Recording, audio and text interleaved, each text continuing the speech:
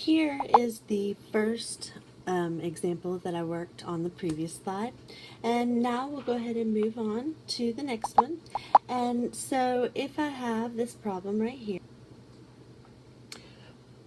and this problem is a solution or a mixture kind of problem where we have solutions of alcohol and we want to mix them together so that we end up with a solution that is 40% alcohol. So we've got my first little beaker and I'm going to mix with it another beaker to end up with my final beaker. And so in this one, the information that's given is a percentage, and I also have information about quarts. So I'm going to put quarts on the top, and I'll put my percentages on the bottom. So now we can begin filling in each one of these beakers. So I've got beaker number 1 and beaker number 2 and beaker number 3 here, and we will take each one of these and fill in quarts on the top and percentages on the bottom. The first beaker I know is a 30% solution, the second is a 70% solution, and we want to obtain a 40% solution.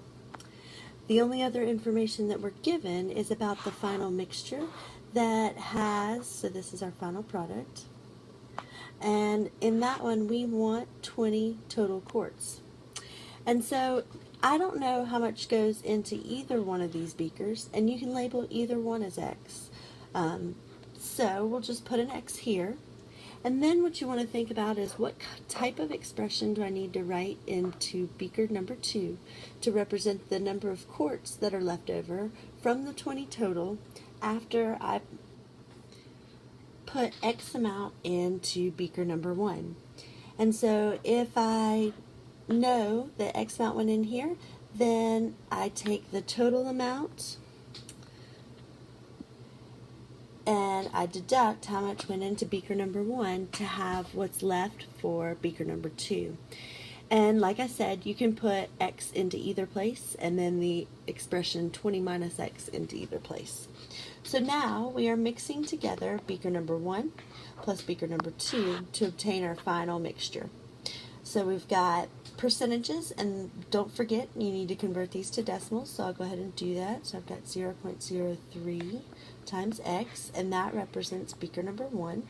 Okay, and then I'm going to add to it 70% solution or alcohol times the amount, and that's beaker number 2. And we want to finally obtain a 40% solution of 20 quarts worth. So when we go ahead and distribute this out, we can simplify that down, and we have this next step.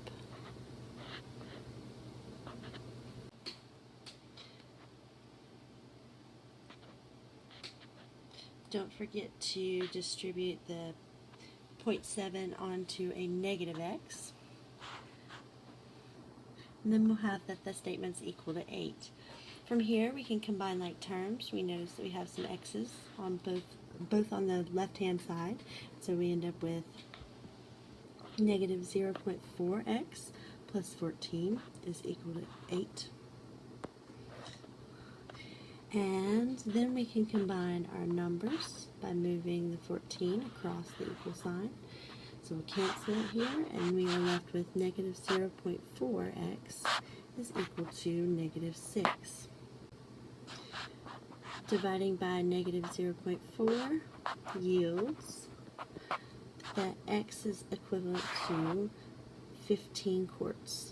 Or 15, and then we would want to go back and answer the question, and we notice that X is our 30% alcohol solution in beaker number 1, and so if we put 15 quarts here, then we know 15 plus something's got to equal 20, so that only leaves us 5 quarts of the 70% solution, and so we add our units, and there's our final answer. So, moving on, we have a new problem, and we are talking about interest here. And so it's a good idea to note that interest, simple interest, is always going to equal the principal, which is always the amount that was originally invested, times rate, which is always going to be your percentage, times time, which will always be in years. And so we'll need this formula here in a minute. We've got some information about how much money total we have to invest. We have information about one bank account and another bank account that offers 10% interest. And do note in this problem that we actually want to make the bank accounts equal. So this one's a little bit different, and I wanted to go ahead and present it to you guys because it's not quite a mixture problem. Instead, we can still use our money bags, but we are going to set these two bank accounts equal and find out how much needs to be put into each one in order to make that happen. And so we've got information about money and we've got information about percentages in this problem. So I'm going to put my money amount on the top and my percentage rate on the bottom. And so I know that I have a total of $5,400, and if I let this be bank account number 1 and this be bank account number 2, and I say I'm going to invest X amount into this bank account that was offering me 8% interest, how much would be left for this other one? Well, I know I have a total of $54,000. If I put $50,000 into the bank account that offered 8% interest, then I would only have $4,000 left for bank account number 2. And so that shows me that I have the expression of $54,000, and that's too small, so I'm going to have to go over here. And this one is offering 10% simple interest. So we've got our expressions, and the only thing that we need to note on this one is that we do need to make this a percentage, or this percentage into a decimal, and we are going to have to fill in this formula for each bank account. So I'm going to say bank account number 1, and I'm going to fill it in with the interest formula, because what we eventually want to have is that the interest that was earned off of bank account number 1 is equal to the interest that was earned off of bank account number 2. So we will do that by filling in both of these blanks. Well, the only other thing that you might want to consider is that time in this case will simply just be 1, because we're earning interest for a year and we want to know how much has to be invested in each one to make them balanced. So notice that if you multiply P times R times 1, I still just end up with that the interest earned is the principal times the rate. Well, here's my principal, that's my money amount, and then my rate is always my percentage. And it doesn't specifically say that time was just 1 year in this problem, but it should have. So if we use this now, we've got X amount of money being invested at 8%. And then we have an investment at 10%, and we have whatever's left over after I put X amount into bank account number 1. Do note that I put this percentage written as a decimal in front of my parentheses, and so you might want to get in the habit of putting parentheses around these, and then always put it in the front so that it shows you, oh yeah, I need to distribute. So I've got 0.08x is equal to 5,400 minus 0.1x. And then I can combine like terms by moving this x across my equal sign to combine it with the x's on the left, and so we get 0.18x is equal to 5,400. And when I divide through by 0.18 to get rid of it on the left, I end up with a statement that says x is equal to 30,000.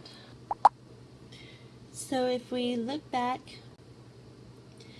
if we have what x is equal to, and we look back at our setup at the beginning, we see that this is the amount that was invested at 8%.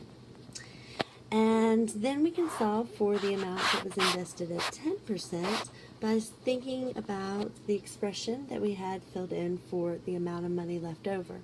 And so if we take that $54,000 and we deduct how much we invested at 8%, which was $30,000, then we will end up with the amount that we have left over to go into the bank account at 10%, and that is $24,000.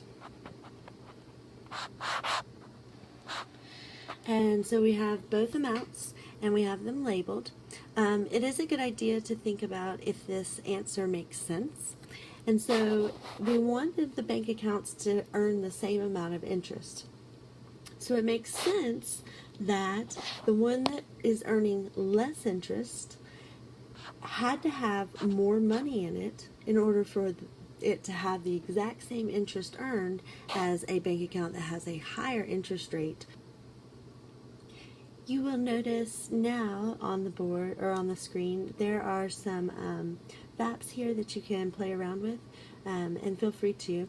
If you go into this one will show you, this first one up on top, it will actually show you a simple interest calculator, and what you could do is you could put the information about the first bank account into this one, and then put the information about the second bank account into this one, and once it calculates, these two should be equal.